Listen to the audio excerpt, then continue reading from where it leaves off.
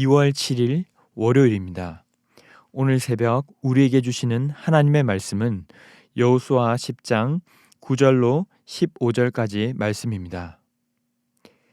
여호수아가 길갈에서 밤새도록 올라가 갑자기 그들에게 이르니 여호와께서 그들을 이스라엘 앞에서 패하게 하심으로 여호수아가 그들을 기브온에서 크게 살육하고 베토론에 올라가는 비탈에서 추격하여 아세가와 막게다까지 이르니라.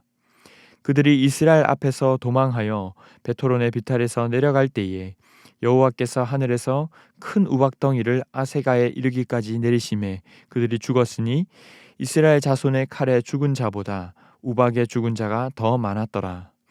여호와께서 아모리 사람을 이스라엘 자손에게 넘겨주시던 날에 여호수아가 여호와께 아뢰어 이스라엘의 목전에서 이르되 태양아 너는 기브온 위에 머무르라. 달아 너도 아얄론 골짜기에서 그리할지어다 하매 태양이 머물고 달이 멈추기를 백성이 그 대적에게 원수를 갚기까지 하였느니라.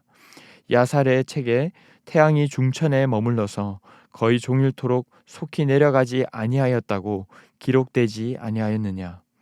여호와께서 사람의 목소리를 들으신 이 같은 날은 전에도 없었고 후에도 없었나니 이는 여호와께서 이스라엘을 위하여 싸우셨음이니라. 여호수아가 온 이스라엘과 더불어 길갈 진영으로 돌아왔더라. 아멘. 이스라엘 백성들은 하나님께 묻지 않고 기브온 사람들에게 속아 화친을 맺게 되었습니다. 하지만 이런 실수에도 불구하고 하나님은 하나님의 계획을 이루어 가십니다. 이스라엘은 맺은 조약을 기억하며 기브온 족속들을 구하러 갑니다. 혼이 나야 맞을 것 같지만 하나님은 이스라엘 백성들에게 두려워하지 말라.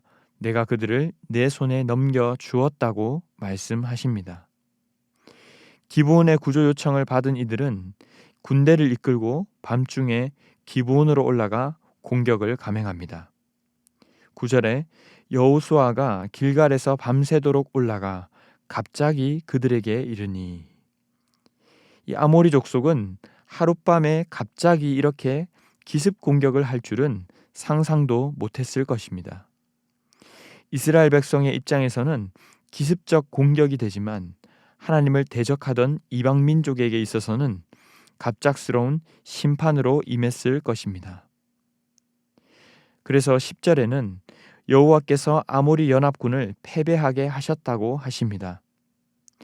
베토론 비탈길로 허겁지겁 도망가는 이들에게 하나님은 큰 우박을 내리셔서 완전히 이들을 심판하시죠. 칼로 죽은 자보다 우박에 죽은 자들이 오히려 더 많았다고 오늘 말씀은 기록하고 있습니다.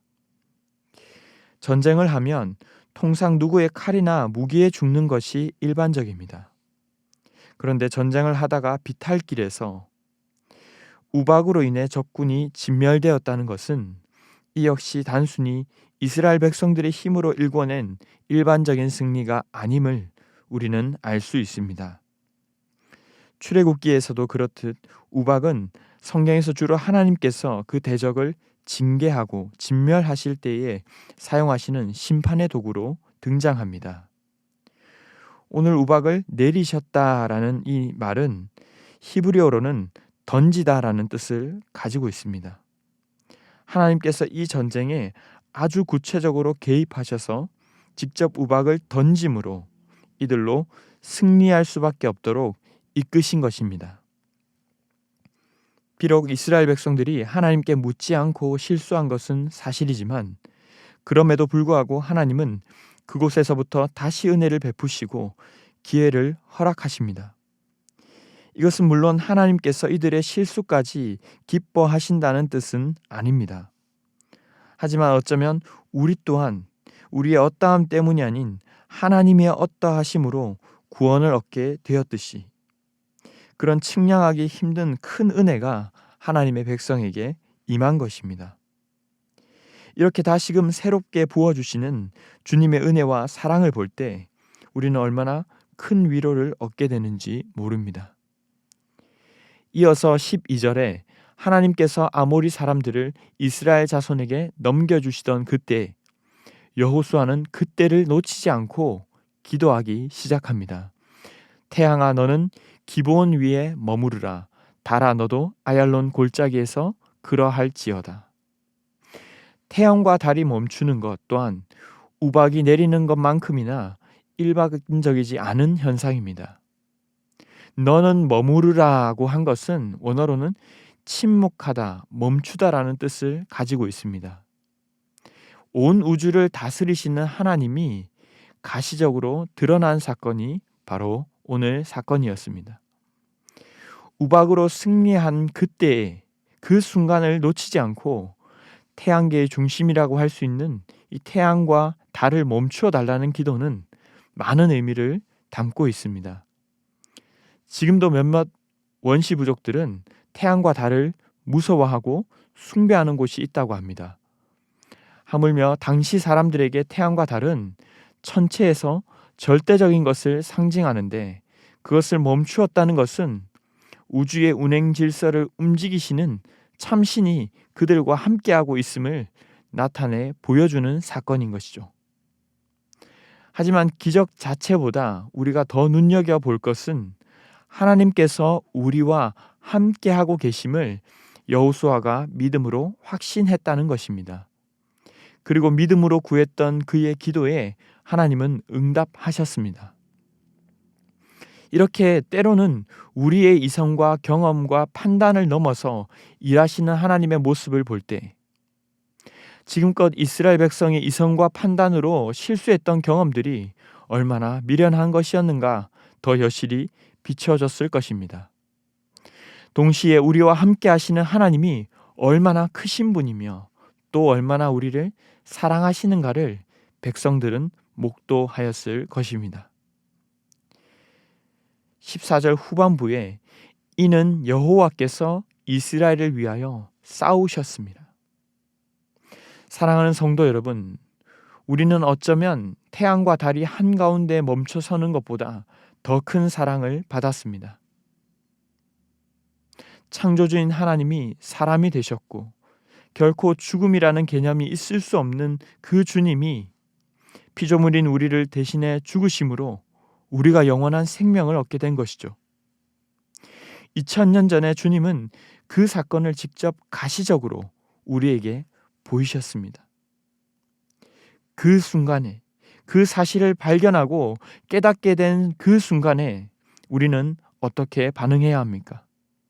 주님께 믿음으로 기도하며 나아가야 할 줄 믿습니다.